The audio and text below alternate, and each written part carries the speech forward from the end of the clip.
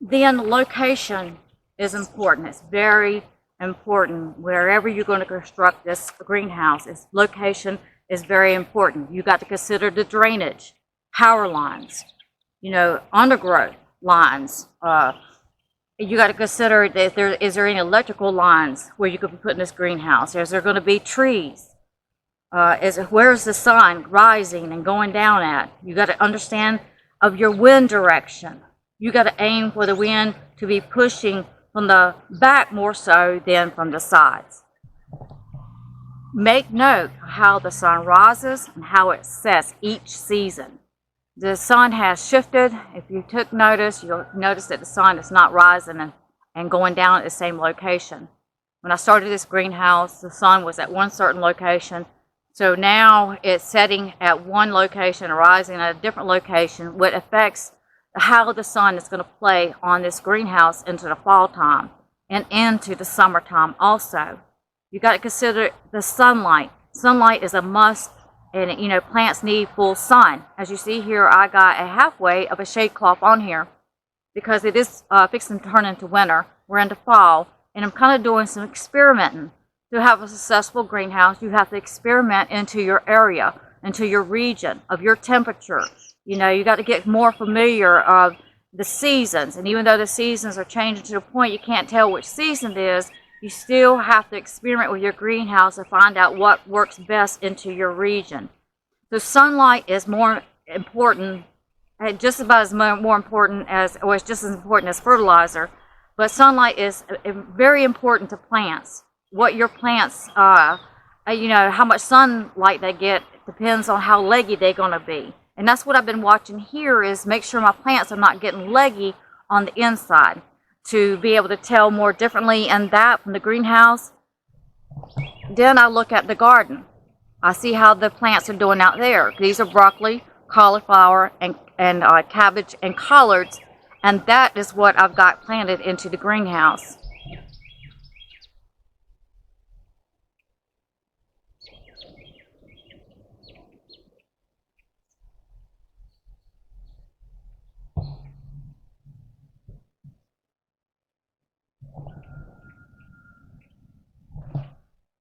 So plants need at least 6 hours of sunlight, at least 6 hours.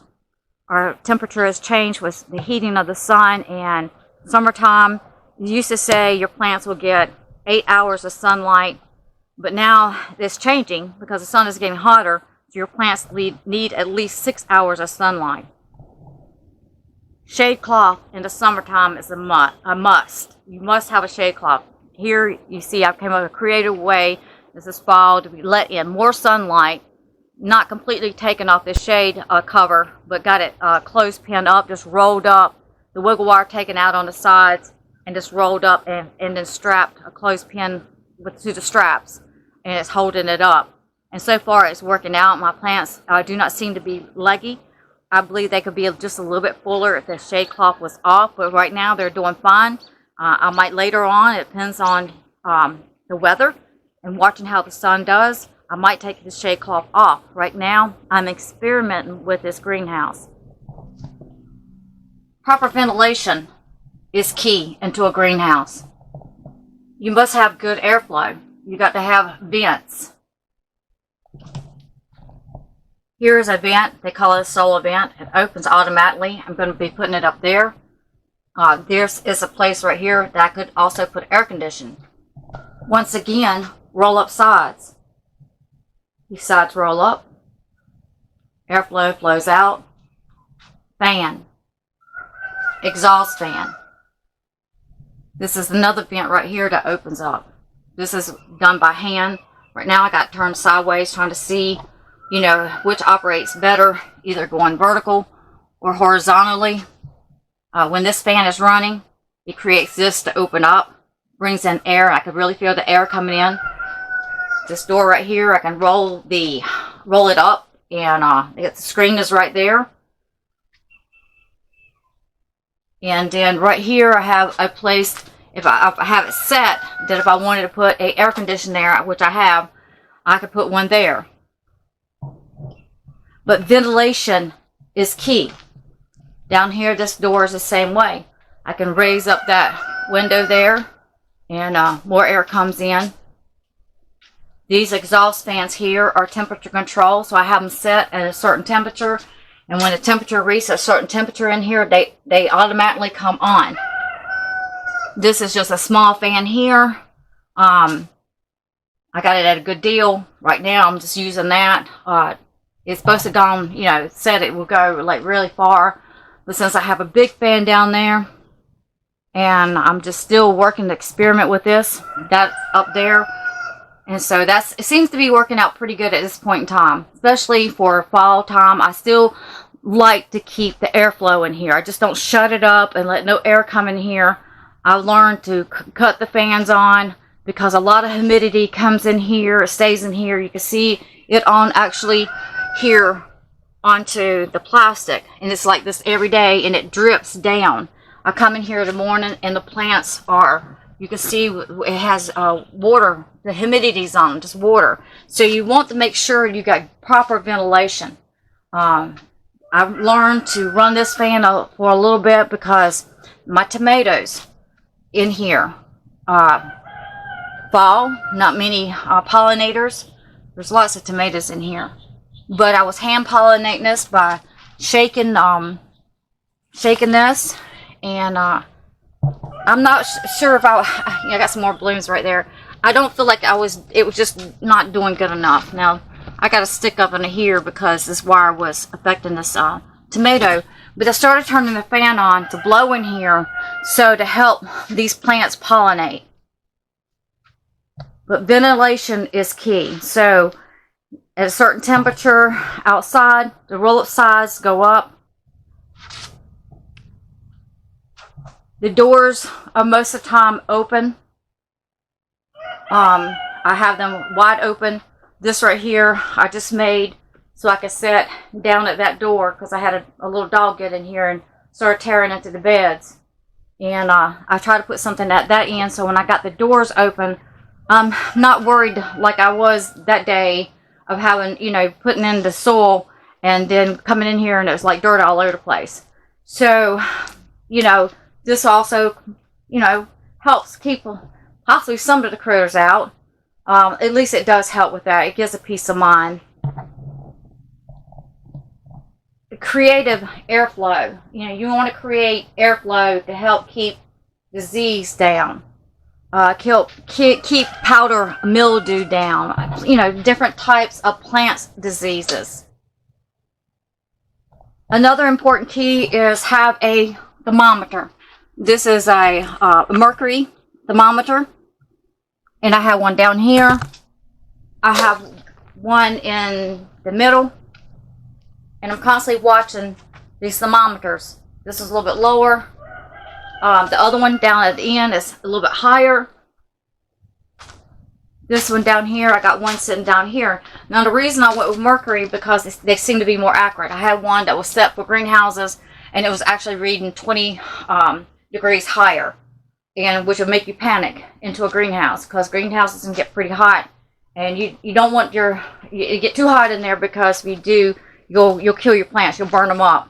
So anyway, thermometers is very crucial. You want to make sure that you stay up with a thermometer. When I come in here, the first thing I usually do is take a look at the temperature. You must know that sometimes you're going to have pest issues. You know, it could be less into a greenhouse. It could be more. That's why you have to monitor daily, just like in your garden, to prevent. Yellow sticky mats are helpful. There's gnats that get in there, or can get in there, aphids and white flies. And the good thing to have into a greenhouse is a bug zapper.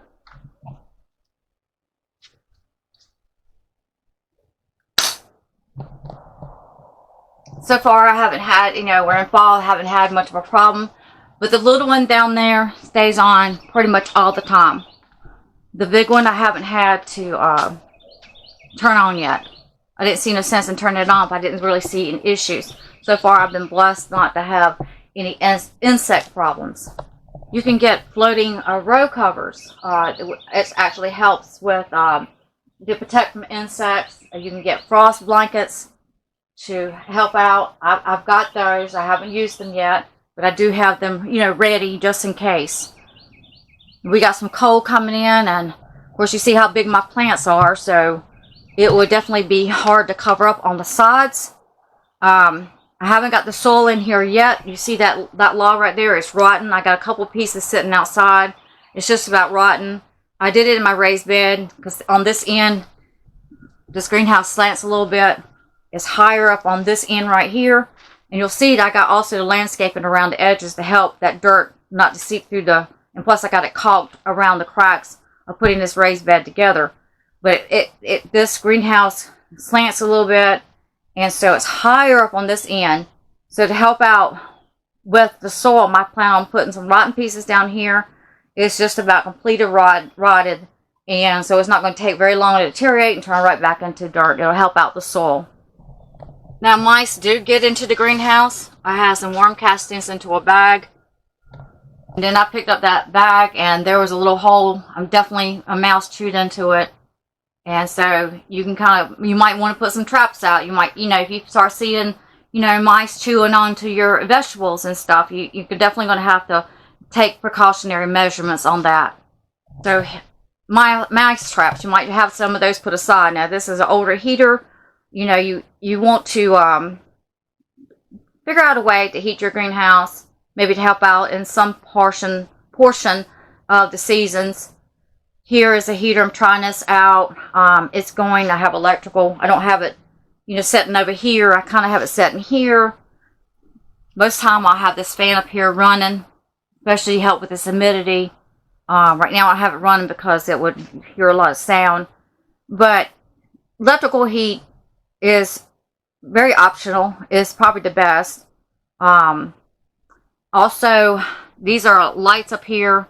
These are plant lights. Yeah, you know, grow lights. There's two over there. But I also can put heat lamps there. Now I'm trying to come up with a way. I think I'm going to put some plug-ins in there and then drop an extension cord down and have the heat lamp further down because I don't want it to get too hot and of course melt my plastic. So you have to figure out maybe a way to heat your greenhouse or grow certain plants like broccoli and cauliflower and collards and, you know, certain vegetables that would not be affected by the cold. But then again, you got to experiment for your region. You know, you see the tomatoes in here. We got some cold coming in. I mean some cold. It's probably going to hit these tomatoes because normally if the soil had been in here, I wouldn't have planted them here. These are tomato plants that voluntarily came up. And so, yeah, matter of fact, I got way more down in here just coming up from the worm castings. And they're just volunteers. And so if I had gotten the soil in here, the little ones, the reason I haven't moved them is because I plan on putting some soil here. And I definitely have the tomatoes over here because of the coldness against the plastic and on that area in the wind. Maybe to, you know, be a preventative measurement. So you definitely want to use a heater that has a safe heater feature to it. You don't want to use something that can just cause a fire. The grow lights, you know, will help out as winter does not supply a whole lot of sunlight. As you can see, I ran those two little lights over there. I'd like to have more. I like to have one down there and another one down here, and then have them run down the side right here. That works out really great, especially it seems like here lately we haven't had a whole lot of sunlight. I just don't want my plants to get leggy. And you know, when I have those times that I feel like I'm not getting enough sunlight, especially with their squash over there, then I'll run them and it works out great. So lighting, heating is very important. Then as the season changes, we have to consider the cool down. We have to consider how we're going to cool this thing down. Now, this is a low sidewall 16 by 32 greenhouse from Grower Solutions. And I'd like to say thank you to Danny and Wanda because they helped me, inspired me a lot as far as giving growing tips as far as producing this greenhouse. And then I came up with my own creative ideas. And it's like your own little paradise. But when the seasons change, then you have to figure out, how am I going to cool this thing down? Now this is a low sidewall, not a high sidewall, and we know that heat rises. By saying that, shade cloth is a must. Now I plan on putting shade cloth on the ends. I'm going to get a certain size. I'm going to work it. And because of the heat definitely coming in on this end, it'll heat it up too much. So how are we going to cool it down? Well, your fans is the must. Your exhaust fans is a must. I have one on that end and one on that end. And like I said, they're automatically turn on. If time goes on, that opens up. Time goes on, I might experiment with the AC. That I already have it set up so I can do that. There's a big AC could go there. There's a big AC, a little AC can go down there. When you construct your greenhouse, you want to think ahead. You don't want to think small, you want to think ahead. What if? What if I want to do this? What if this would work? So you want to think about a lot of different things when it comes to having a greenhouse. Cooling down, the window opener, a solar vent opener. Like that I'm going to put up there. So even though that one behind the fan will be open, then I'll have this one up here. The exhaust fans going, the doors open for pollinators, and so yeah, it's gonna be a running and trial error, I'm sure. But you know, every area is different, and so you definitely, when you're considering having a greenhouse, you got to weigh out all your options. As you can tell, I have electricity in here. Okay, I have electricity. I'm blessed with that. That runs the exhaust fans, the fans, the lighting. Whether I just want, you know, not solar, but the grow lights on, or just come in here and want the regular lights, not run my grow lights, then it works. I have Christmas lights up there. But, you know, if you can't have electricity, one of the options is, and don't be faint-hearted about it, is that run a extension cord, an outdoor safety extension cord, the one that has, whether it's GFG or something like that, one that, you know, is water resistant, that it will automatically shut off if this water connects to water or whatever. You know, so you definitely want it to where in your greenhouse that is, say, safety measures. You know, you don't want to be electrocuted somehow, so you just definitely want safety. If you decide to go with wood, you want to make sure that you go with treated wood. This has been painted, and I'm not finished with it. I just had other projects. But this has been painted to help protect the wood. One thing, there's a lot of moisture in here. So you have to think, it's a lot more work, but at the end results, it gives you a lot more peace of mind. Now, greenhouse ventilation is a state of you removing the inside air of the greenhouse and replacing it with fresh air and outside air, you know, accomplishing it by vents and mechanical fans and shutters. Here's a shutter you see by the vortex inside the greenhouse. It's open it up. We got some cold coming in because I do have that vortex of wind. I'm going to be taping it there. On the outside, I have horror cloth to help, you know, keep some of the insects out. But, you know, ventilation, shading is vital. Once again, just going over a few things, our requirements. Opening up all the doors to help with ventilation. The vents on sunny days. Auto vents. As I said, this is an auto vent there. The solar that runs without electricity, we call it solar vent. It's got beeswax into it. You know, you want to make sure that if you're not able to get to your greenhouse, at least something is operating to get some of that heat out. So shading and ventilation are requirements, especially on sunny days. Auto vents, so, and sidewalls. You know, a lot of people, you know, they use PVC and they go over all the way down. You need some kind of ventilation at the bottom. This is roll-up sides on both sides. That ventilation creates a vortex. It gets that heat out. It's bringing fresh air in. It's, you know, it's letting in the good air, and kind of getting out the stale air. So ventilation is definitely key. You don't want to have your plastic going all the way down and down on the sides, because it'll be too hot in there and you will not be able to grow anything. The bottom of your doors, as you see, I've got stuff sitting here. I have plastic, and I'll put some wood and bricks behind this because there's a big gap and we got the airflow. I plan on putting maybe some rubber, some kind of rubber down there, screwing it in to help keep the critters out and the airflow. But right now, this is what I'm working with. And sometimes when you're constructing your greenhouse, you have to just work with it. You have to put a lot of thought into it, plan ahead, plan your growing, what you want to grow. You know, definitely put your dream out there. That's just a piece of paper down there, and there's something on the other side of that door, just, you know, against it. And believe it or not, it works. So sometimes with your greenhouse, you just have to make things work. You know, it's not about having all the fancy gadgets. I mean, I would definitely love to have a lot of different other things, but you got to start somewhere. And just be creative with it. Dream out of the box. Don't think small, but dream bigger. Because once it is some work, but once you get it done, then you're just like, yeah, I'm glad I put this effort into it, and it's exactly what I want. Just like this table right here, I built out of the scrap wood I had here. I do plan on painting it a different color. I'll probably paint it black. I'm not sure yet, but you know, I got stuff sitting up under here. All that goes over there.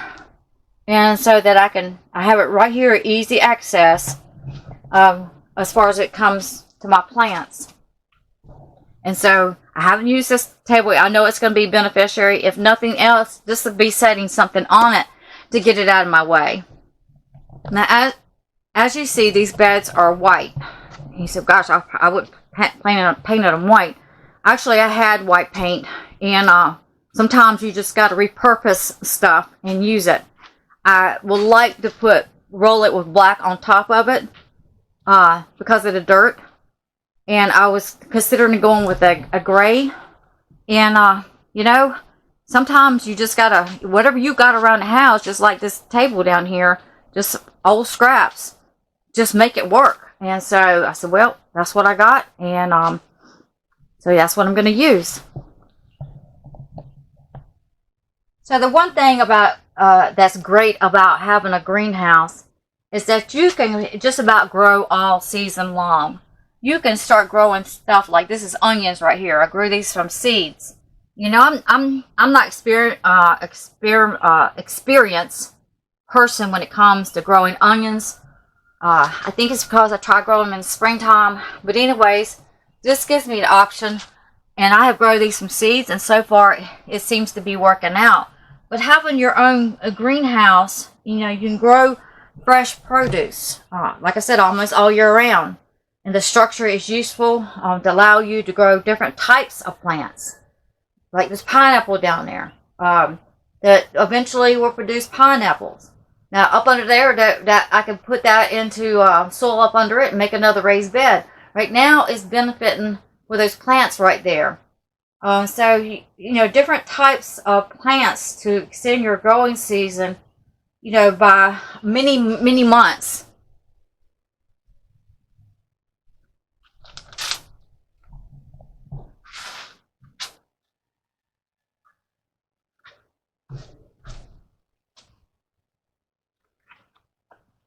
So I hope this has been very helpful and beneficiary to you. I got my collards, some from the garden and some from the greenhouse. And now I'm going to go in the house and cook me some collards. The frost has hit them about 4 times, and I've cooked some already, and they are delicious. So if you like this video, give me a thumbs up. If you haven't subscribed, go ahead and subscribe. And thank you all my subscribers. I appreciate you so much. Help me to get out there into the rhythm of YouTube land. That does take a certain amount of likes and comments and stuff. But nevertheless, I enjoy it. I just enjoy doing it.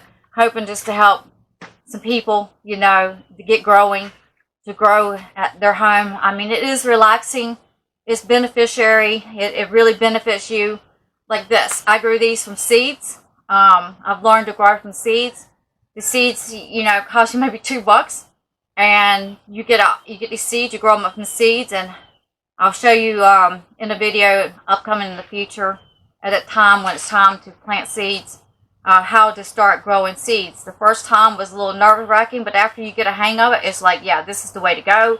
You don't put that much money into it. You get a whole lot of benefits from learning how to grow from seeds. And you grow from seeds, you're not spending money on plants at the big box stores. And you just get so much more for your money. And then it makes you really feel good when you know you don't have a whole lot tied up into it, but you get a whole lot of goodness out of it. Okay, guys, thank you so much, and I'll see you on to the next video. Thank you so much for watching. Yeah.